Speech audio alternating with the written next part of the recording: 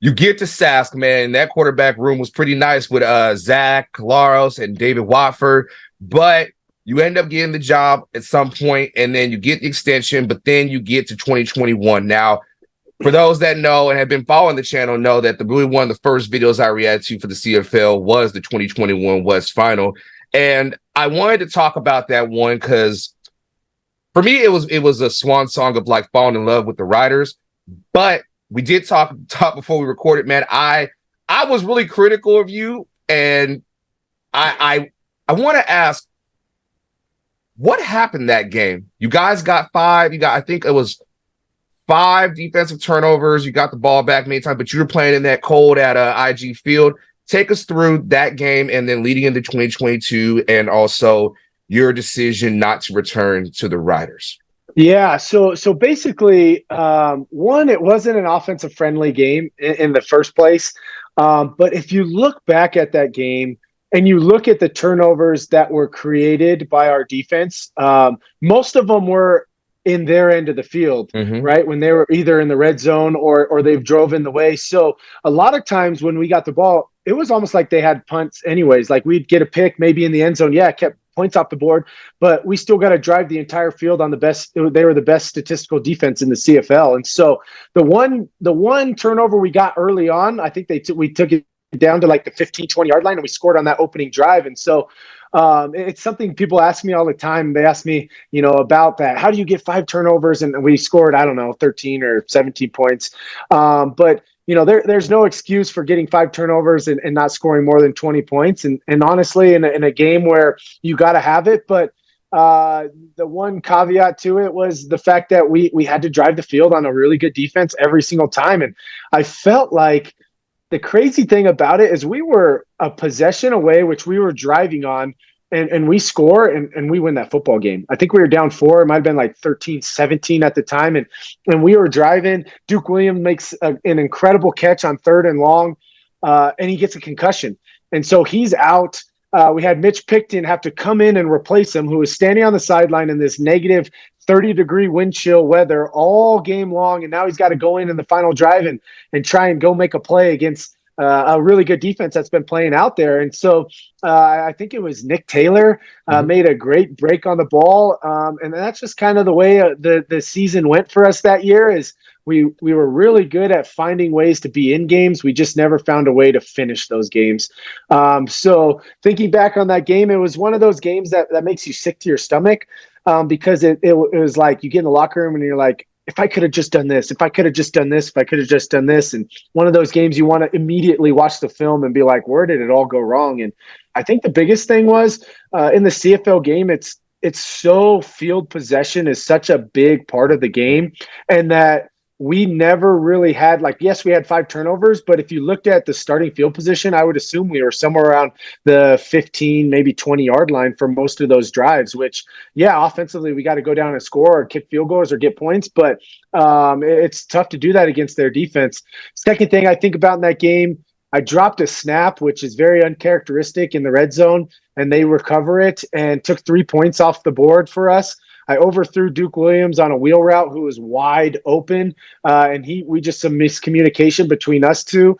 And that was, 2 plays. If you have back and you kick a field goal there, or maybe we score on that one, I think we would have went up 10 if I would have hit Duke Williams on that touchdown, and then maybe 13 if we would have not fumbled the ball in red zone in field goal position. So just a couple of things that I made mistakes on, and it weighs on me even to this day, but going into 22 season, I was very optimistic. I was very excited. I thought the biggest thing that hurt my career was I got my first opportunity to start in 2019, and I played really well, and I was excited for that opportunity, and COVID hit. And it was something where almost every guy around the league had starter experience for multiple games and multiple years. And I was a guy coming off my first year, and I kind of lost a lot of that momentum, a whole year off. And then I had to find a way, what did I need to do in my off season that was different? What did I need to do in the season that was a little bit years prior to just kind of lean on and just understand? And so I think it pulled me back, a couple steps in my career. And took me some growing pains in 2021 and obviously 2022 to really find my footing and be who I want to be and figure out what I want to do as a starting quarterback in my offseason and during the season, and how I want to emulate my game. And so those are the things that I really, really think about. What would have happened if there was a 2020 season? Where would I be at this point? So, and then in 2022, you missed the playoffs. It's just one of those things. It's unfortunate. We went to back-to-back West Finals, and then we have one rough year, and I didn't play to my best standard, and my knee was.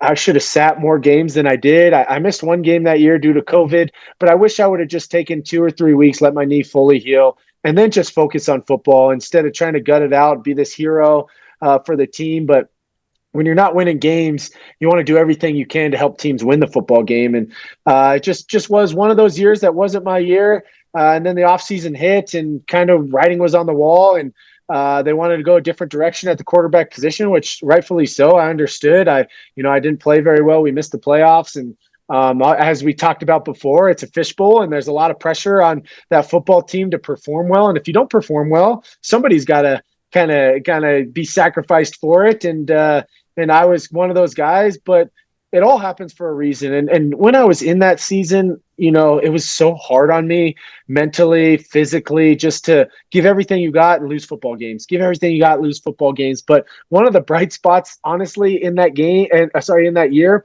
was my son being born. And if my son Luca isn't born in 2021, I don't know what kind of mental spiral it would have taken on me. It was awesome for me to have my wife, to have my son, just to come home to every day, even when things weren't great. And going into that offseason of 2022, not knowing what the future held for me, contemplated retiring and sat down, talked with my wife, and we worked through a lot of things. And she said, that's not the way we're going to go out. And she's a competitor just like I am. And so super excited about that opportunity, just a fresh start. And sometimes as an athlete, all you need is a fresh start and someone who believes in you. And I felt that in Coach Moss. And sure enough, you fast forward 6 months after free agency, and there I was hoisting the Grey Cup over my head, and really proud of the work that I put in and the mental work I also did in the offseason. Wow.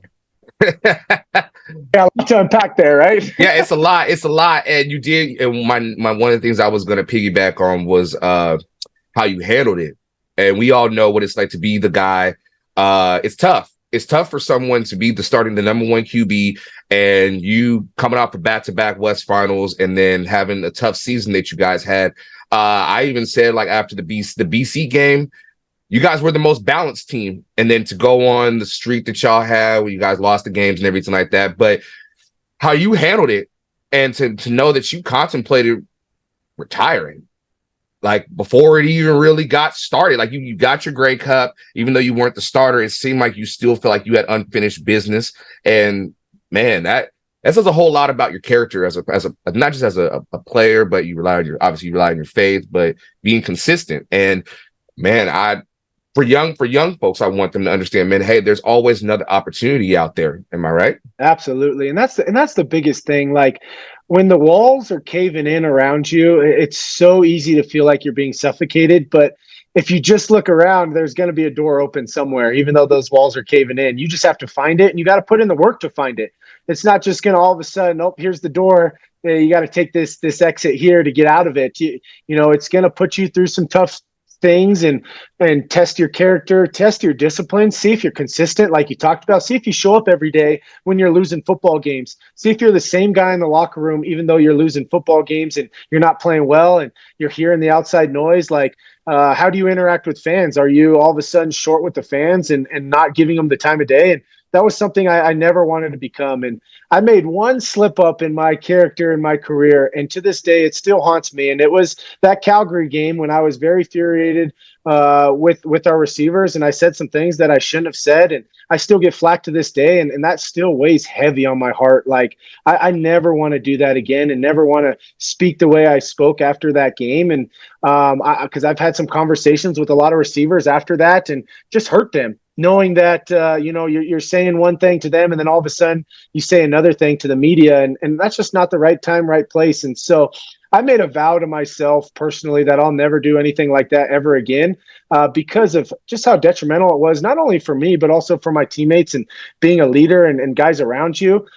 So that's something that weighs on to me this day. That as a leader in this locker room, as for the Owls, I'll never be that guy. I want to show up consistently for them, no matter what happens. Whether we're on a 4-game losing streak like we were last year, or an 8-game winning streak, I want to be that same guy for them. And that's something Coach Moss has showed me. And a lot of people give Coach Moss flack for his passion and his excitement and sometimes his anger, but he just cares a lot about the game. But I will tell you this.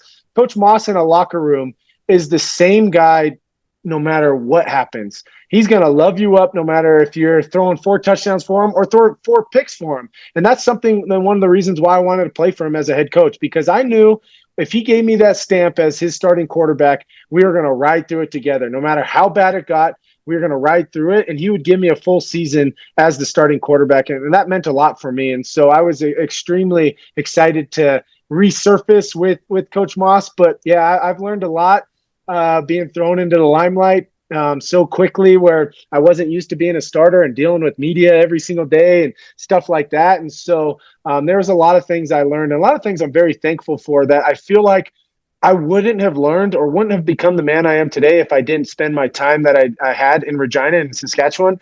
Because without it, like I said, I wouldn't be the man today. And I know for damn sure I wouldn't be sitting here saying I'm a Grey Cup winning quarterback without going through those 4 years, if you count COVID, in Saskatchewan. It just taught me so much about how to be a franchise quarterback, how to interact with people, how to deal with pressure, how to deal with outside noise, how to deal with success. And so I'm extremely thankful for my time there and all the people who continue and support me, because, after the Grey Cup, I had over 500 something messages and text messages. And there's a lot of relationships I built in Saskatchewan, and a lot of people I care a lot about.